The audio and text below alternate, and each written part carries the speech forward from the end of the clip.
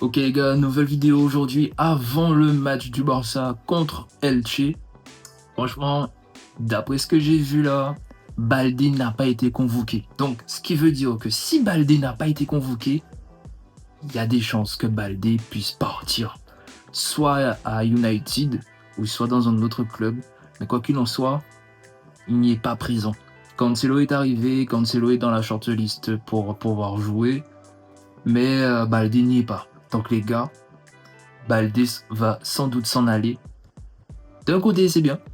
D'un autre côté, bon, faire partie Baldé, why not? Ça voudrait dire que soit on récupère, on signe du moins un nouveau joueur, un défenseur gauche, soit on signe Loukeba, c'est-à-dire un défenseur central pied gauche, comme le Barça voudrait, enfin du moins anti-flic. Et on fait passer notre ami GG, Gérard Martin, défenseur gauche. Why not? Why not? Comme ça, le gars, il pourra scaler et tout. Why not? Mais je vous avoue, Barcelone a pris trop de temps pour que Baldé puisse partir. Alors qu'on aurait vendu Baldé, il aurait signé dans un autre club bien avant avec une plus-value légèrement plus haute. On aurait pu signer non seulement Cancelo, mais une doublure éventuelle comme Cucurella. Exemple, why not? Comme ça fait doublure, ça fait une concurrence saine. Parce que là, nous, on est dans une concurrence saine, hein, un peu à la style de Luis Enrique, où c'est-à-dire, tu es dans l'équipe A, tu performes, tu es dans l'équipe B, c'est comme si tu étais dans l'équipe A, tu performes également. Il n'y a pas cette histoire d'ego, tout ça. Non, non, non, non. Là, voilà. Après, bon, j'avoue que Baldé avait fait une passe à Hamza pour le but, lors de la dernière victoire du Barça. Ça semblait relativement bien. Après, on savait pas que dans les coulisses, Baldé allait potentiellement partir. Franchement, c'est un match pour que Baldé puisse mettre son palmarès à l'œuvre pour séduire d'autres clubs. Pourquoi pas. Mais je vous avoue, voilà. Après, il reste à savoir qui va venir et dans quel poste. Parce que je vous avoue, là, le mercato, il va bientôt prendre fin. Et le mercato ressemble à un bon mercato. Bizarrement, j'avoue qu'au début, on était trop focus sur Alvarez et on oubliait les autres joueurs dans d'autres postes. Mais là, je vous avoue, bizarrement, ça va. Ça va, on commence à voir le bout du tunnel et peut-être que le karaté de Deco finalement sera potentiellement bon. On ne sait pas. La saison va être longue, donc il faut avoir des joueurs de part et d'autre, une équipe A, une équipe B, et essayer de faire tourner au maximum parce que la saison, elle est ultra long, tout en sachant que certains joueurs qui n'ont pas participé à la Coupe du Monde, ils étaient déjà là, donc ils sont déjà chauds. Certains qui reviennent de vacances et certains qui étaient là mais qui sont pas véritablement chauds. Donc normalement, si tout se passe bien, potentiellement, comme disait Hansi Flick en conférence de presse, l'équipe type sera prête à partir de la pré-trêve internationale. Donc on verra bien, mais entre-temps, même si elle sera prête durant la trêve internationale, du moins après, il faut que avant ça, on ait gagné un maximum de points, histoire de rester toujours collé à la ligne des 3 premières places. Je ne dis pas les premiers pour l'instant, mais au moins dans les 3 premiers. Et toujours essayer de mettre la misère, que ce soit à l'Atlético, que ce soit au Real, parce que je vous avoue, le match du Real là, ça s'est joué à un fil. Ça s'est joué à un fil, soi-disant grande star et que ça va performer et tout, mais pour l'instant, on n'a pas vu grand-chose. Vraiment pas. C'est vrai que bon, c'est le premier match, on sort de la Coupe du Monde et tout, on sort des vacances, voilà, c'est la rentrée, on n'est pas chaud. Mais après, quand la machine sera en marche, les gars, si vous aimez les vidéos, n'oubliez pas de vous abonner, de liker, de commenter, de partager. Ça fait toujours plaisir et ça soutient la chaîne. Allez, peace, on continue. Dans la colonne vertébrale du Barça, je vous fais le squelette. On a déjà Juan Garcia. Ça, c'est très bon. Bon gardien, très bon même. On a aussi Rodri. Là, franchement, milieu de terrain, un 6 de qualité, pur et dur, rien à dire. Il nous manque juste le numéro 9.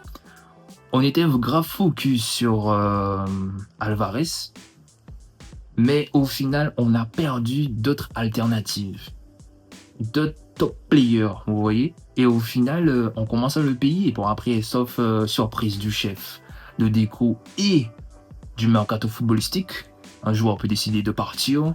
Voilà, on sait pas. On verra bien. Le mercato n'est pas encore fini. On croise les doigts.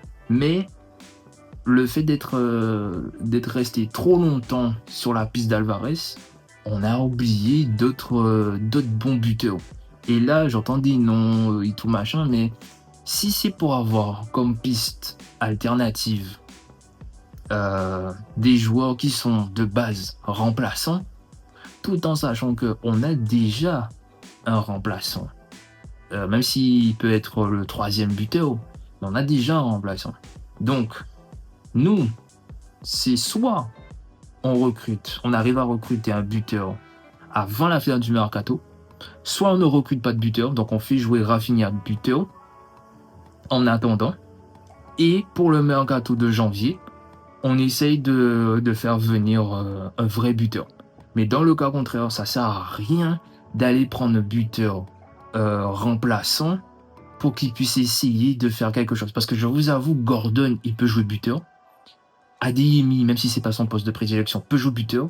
Rafinha, même si c'est pas son poste de prédilection non plus, il commence à être une petite piste pour jouer buteur. Et on peut même mettre Yamal, même si bon, c'est pas non plus sa zone préférée, mais on peut essayer de faire un tourner. Mais on n'a pas de buteur réel. C'est-à-dire que les gars, ils feront éventuellement faux neuf, ils vont dézonner et tout. Ok, mais nous, il nous faut la tête. Il nous faut la tête. On a déjà le dos, mais il nous faut la tête. On n'a toujours pas ça. Et ça, waouh, c'est compliqué, les gars. C'est compliqué. Tout en sachant que Alvarez, il voulait partir. Il a fait comprendre au club qu'il veut partir, mais le président du club ne veut pas faire partir Alvarez au Barça.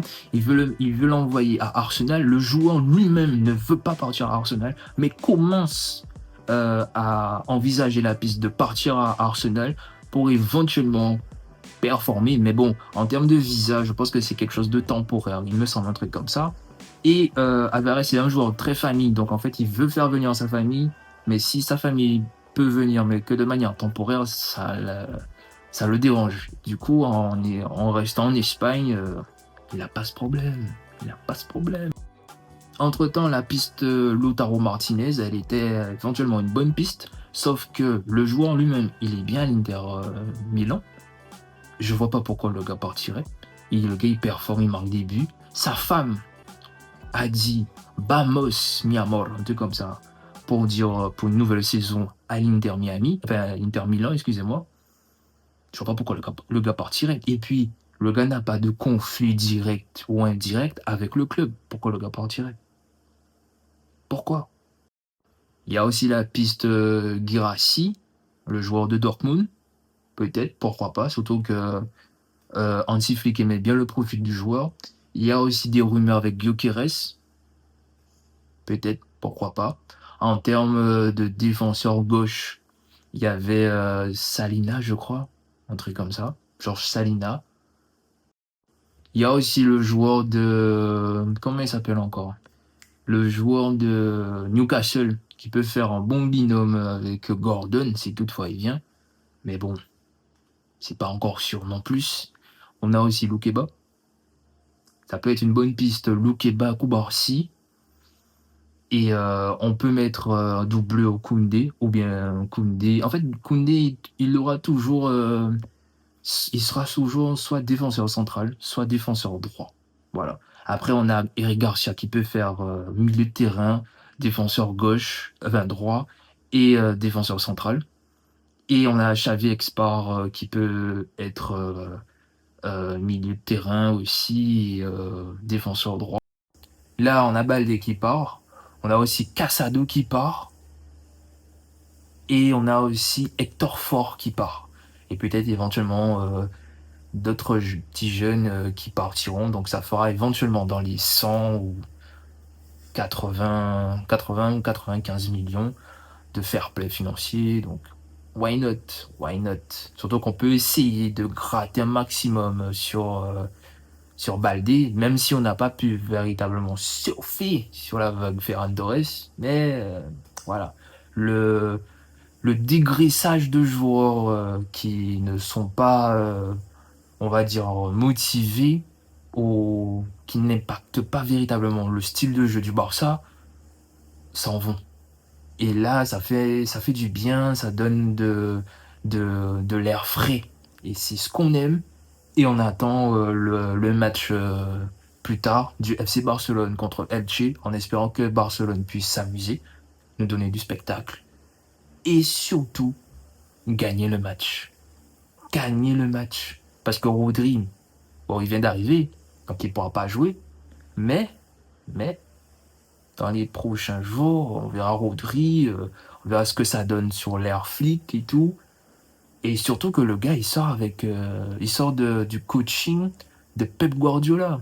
Donc, Pep Guardiola, c'est du style pur et dur catalan. Vous voyez de quoi je parle. Donc, on aura le temps de parler de ça, les gars. Dites-moi ce que vous en pensez en commentaire. Et puis, on s'attrape pour la prochaine vidéo après le match.